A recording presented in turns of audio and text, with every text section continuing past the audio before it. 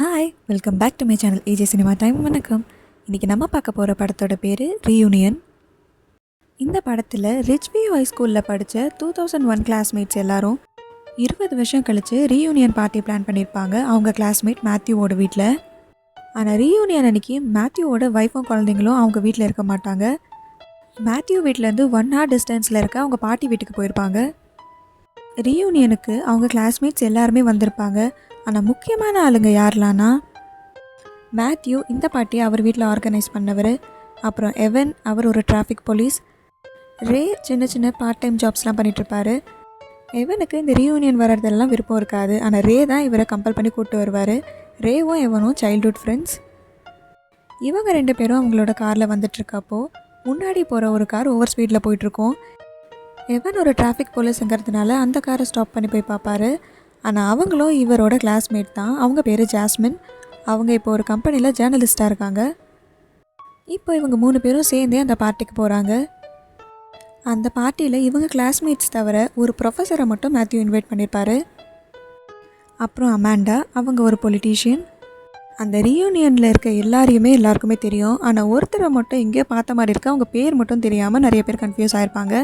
அவங்க இந்த ரீயூனியனில் வந்த நிறைய பேரை பார்த்து, நீ என்னோடய லிஸ்ட்டில் இருக்க, நீ என்னோடய லிஸ்ட்டில் இல்லை, நீ தப்பிச்சிட்ட அப்படின்னு சொல்லிகிட்ருப்பாங்க. அப்புறம் பார்ட்டி ஸ்டார்ட் ஆகி கொஞ்ச நேரம் கழித்து விவியன் ஒரு டோஸ்ட் பண்ணுவாங்க. மேத்யூ விவியன் ஸ்கூலில் இருக்கப்போ அவங்கள கிண்டல் பண்ணதாக சொல்லுவாங்க.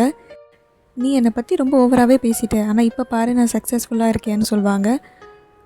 இதை சொல்ல எனக்கு 20 வருஷம் ஆயிடுச்சு, இதுக்காக தான் நான் இந்த பார்ட்டிக்கு வந்தேன்னு சொல்லுவாங்க. இவங்களுக்கு மட்டும் மேத்யூ கூட பிரச்சனை இருக்காது. அந்த பார்ட்டிக்கு வந்த நிறைய பேருக்கும் மேத்யூக்கும் ஒரு பிரச்சனை இருக்கும். எல்லாரும் ஒரு காரணத்துக்காக தான் அந்த பார்ட்டிக்கே வந்திருப்பாங்க. பார்ட்டி நைட் முடியும். நிறைய பேர் கிளம்பி வீட்டுக்கு போயிடுவாங்க. சில பேரை தவிர அந்த சில பேர் தான் மிச்ச கதை ஃபுல்லாக வர போகிறாங்க. அந்த சில பேர் மட்டும் மேத்யூவோட வீட்லேயே அன்றைக்கி நைட் ஸ்டே பண்ணியிருப்பாங்க.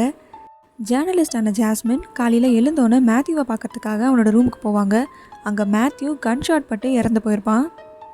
இவங்க அதை பார்த்து பயந்து கத்துனோன்னு மற்ற எல்லாரும் எழுந்து வந்து பார்ப்பாங்க. ஆனால் யார் இந்த கொலையை பண்ணாங்கிற விஷயம் யாருக்குமே தெரியாது. அதனால் கால் பண்ணி போலீஸ்க்கு இன்ஃபார்ம் பண்ணலான்னு ட்ரை பண்ணுவாங்க.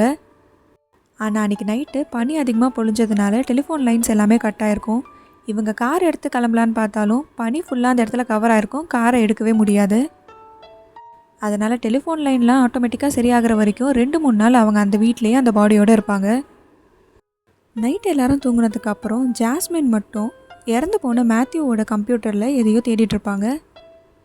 அப்போ அவங்க அந்த ரூம்லேருந்து வெளியே வரப்போ யாரோ ஒரு காஸ்டியூம் போட்டு இவங்கள கொல்ல வருவாங்க. ஆனால் இவங்களோட சத்தம் கேட்டு மற்ற எல்லாரும் எழுந்து வந்துடுவாங்க. அதனால் இவங்களுக்கு சின்ன அடியோடு தப்பிச்சிருவாங்க. அப்போ தான் ஒரு விஷயத்தை இவங்க கண்டுபிடிக்கிறாங்க. அந்த கொலையை பண்ணதும் இப்போது ஜாஸ்மினை கொலை பண்ண ட்ரை பண்ணவனும் இந்த வீட்டில் இருக்க 6 பேரில் ஒருத்தர் தானே. அது யார், எதுக்கு இப்படி பண்ணாங்க, இப்போ யார் அவங்க ஃப்ரேம் பண்ண பார்க்குறாங்க அப்படிங்கிறது தான் இந்த படத்தோட கதை. இந்த படம் நெட்ஃப்ளிக்ஸில் இருக்குது. இன்னும் இந்த மாதிரி மூவிஸோட ஸ்டோரிலைன் தெரிஞ்சுக்க நம்ம சேனலை சப்ஸ்கிரைப் பண்ணிவிடுங்க. பக்கத்தில் இருக்க பெல் ஐக்கானை கிளிக் பண்ணிவிடுங்க. இந்த வீடியோ உங்களுக்கு பிடிச்சிருந்தா இதுக்கு ஒரு லைக் பண்ணிவிடுங்க. டாடா bye bye from AJ cinema time. வணக்கம்.